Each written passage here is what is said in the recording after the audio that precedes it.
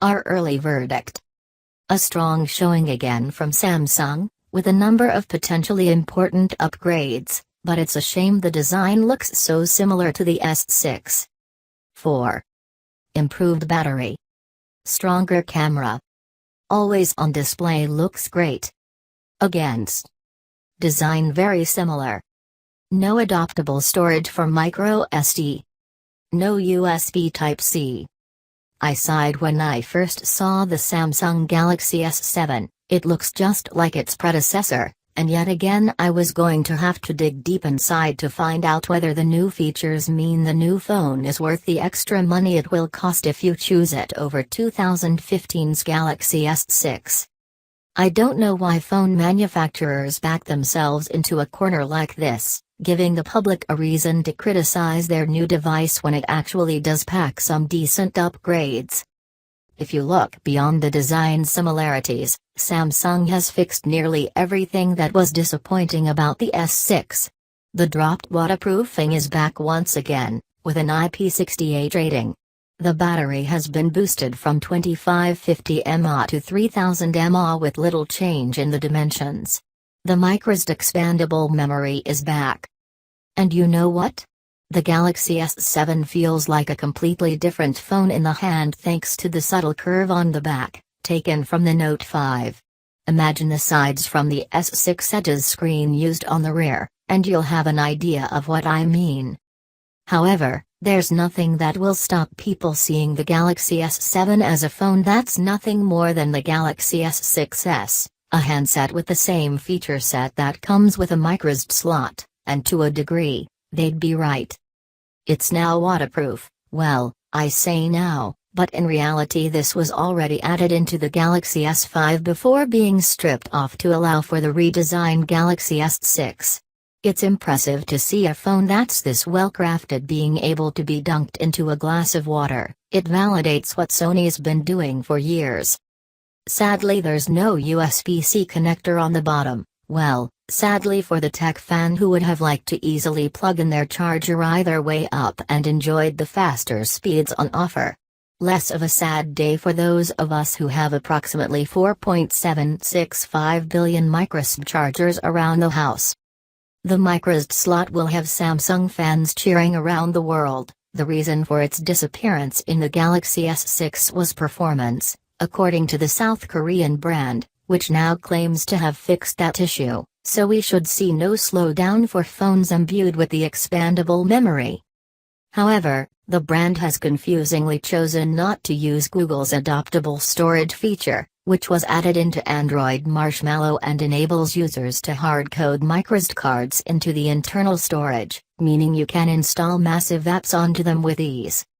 The downside is you can't swap cards in and out without confusing the phone badly, but given very few of us ever do that anyway, having lots more internal storage for a low price, a decent microSD card is a lot cheaper than jumping up gigabyte sizes in phone models, would have been a great feature, and I'm confused as to why Samsung didn't take it up. The 5.1-inch screen is back once again, without the rumored 3D touch-style screen that would have been a direct nod to Apple.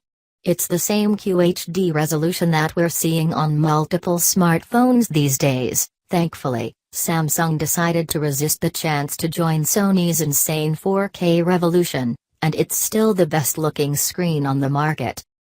The 5.1-inch screen is as pin-sharp as ever, and even without any dedicated QHD content to take advantage of the high-res screen, web browsing and watching video is still an impressive experience. The Super AMOLED technology used inside still offers huge benefits in terms of color reproduction and contrast, so everything looks stark and clear. I'm well aware that's something I've written for years about Samsung screens, but there's nothing that I can see that outstrips it at the moment. Even the oversaturation problems that dogged AMOLED displays in the early days have been fixed by Samsung, enabling you to choose the color level you're happy with. But Samsung might have pushed too far with the tech this year, banking on it too much to introduce another key feature, the always-on display. This means exactly what it suggests. When the Galaxy S7 is in standby mode, it'll show a clock, calendar or an image, which is really just a weird pattern, so you won't have to constantly turn on the display to see what time it is. Samsung promises that this won't take more than 1% of battery life per hour, thanks to being able to control every pixel of the Super AMOLED display, but that's still around 15% of your phone's juice gone per working day. Given Samsung's terrible battery management in the S6 and Edge, I can't see this as a positive. It definitely makes the phone look more fancy when sitting on the desk, but it's not something that I felt was missing from my life particularly. That said, maybe Samsung knows something that the rest of us can't know yet, that it's fixed the battery life issues that plagued its previous model. It was one of TechRadar's biggest mysteries of 2015, trademark, why the Galaxy S6 would blitz every single one of our battery tests, head and shoulders above the rest of the market in terms of gaming, video watching, web browsing and standby time, and yet would be in the danger zone by 4 p.m. in an average working day after a few months' use. It seems the phone would stay awake too often, apps chattering to the network and the accelerometer activating too easily. However, with the 3000 mAh battery now inside, we've got the biggest power pack Samsung's ever stuffed into its flagship smartphone, and combined with the more efficient Android Marshmallow, we could finally see a long-lasting battery life on a top Samsung phone. The addition of Android Marshmallow means that the TouchWiz interface, so oft-maligned by the smartphone buying public, is again stripped back and the googliness of the phone is allowed to shine through. There's not a lot different from the S6 in reality, as the UI there was already much flatter and closer to Google's Material design. However, the stock icons look cleaner once more, the notifications shade is starker, and white, rather neon green and gray, and the overall operation seems closer to Google's stock experience. There are still reams of Samsung styling throughout the Galaxy S7, meaning the settings menu has loads of options to mess around with, and double tapping the home button will open up the camera in a flash. Overall, everything is much faster under the finger again, with a decent level of snappiness whenever you're trying to do anything. Annoyingly, the multitasking pane still takes a beat to open, which will only get worse as the phone gets older, but that's the worst I could find. The fingerprint scanner is present and correct once more, although I didn't get a chance to code in my digit. However, the S6 had a brilliant biometric option, so this can only get better as time goes on. The camera user interface still remains brilliantly, infuriatingly Samsung, locked in a world of options that confuse the finger as you try and work out some of the options on offer. The camera itself is now much improved, despite the drop in megapixel rating from 16 MP to 12 MP, designed to help improve low light capabilities. We don't need to have that many pixels in our smartphone cameras, and Samsung has thankfully realized that having that high MP count in the S7 would have been pointless. Instead, we've got 56% bigger pixels, which allow in 25% more light to get better pictures when you're out and about snapping. The results are early, but all the pics I took in the low light scenarios came out very well indeed, and sharply too. This time last year, Samsung was droning on about 0.7 seconds autofocus as the best ever, that we didn't need anything else in the camera when trying to get a clear snap. However, with the dual pixel sensor on board now, Samsung is now saying, well, last year's phone simply wasn't fast enough, even showing side-by-side comparisons between the Galaxy S6 and S7 and the autofocus abilities.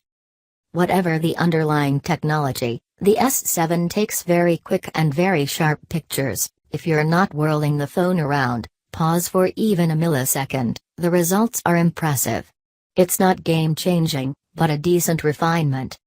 Speaking of changing games, the new game launcher widget on the S7 and S7 Edge is designed to take that experience up a notch.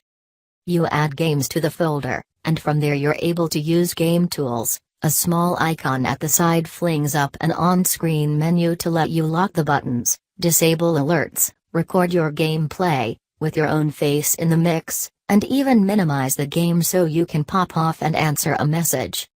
It's a nice idea and one that adds an air of legitimacy to smartphone gaming, buying into the shareable nature of how people are playing nowadays.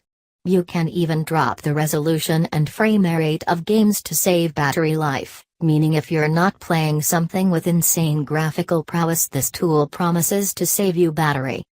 It's not a huge element in the story of the new Galaxy, but it does add something for those that love to use their phone as an on-the-go console.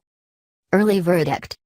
For all the new features above, I can't help but feel two things. The Galaxy S7 is the phone that Samsung should have made last year, and it looks just too similar to the S6. I can't decide what it is that irks me about a phone that doesn't change in design overtly from one iteration to the next. Most people will skip generations and upgrade from a model 2 years ago, and if a design is popular, why step away from it? Then again, as these models of the iPhone show, there's a definite apathy when a phone looks the same as the previous year, despite packing a load of new features in. Samsung's fixed a lot of the problems of the S6, in theory, here. The battery is now seemingly big enough, and should be optimized for better power management. The camera has been tooled in the right direction, lower MP count, better pictures, and people like to look at those pics on the high-res screen offered here. The design might look the same, but the rear feels massively different in the hand, and that matters when you're holding it all the time.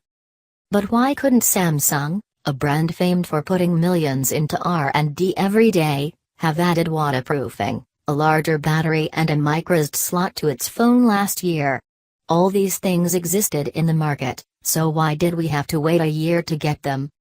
It could be that Samsung pushed for the minimum viable product for the price point to get the biggest profit, or it just couldn't pack all these ideas into a phone that desperately needed a design reboot, and in fairness it was one that worked.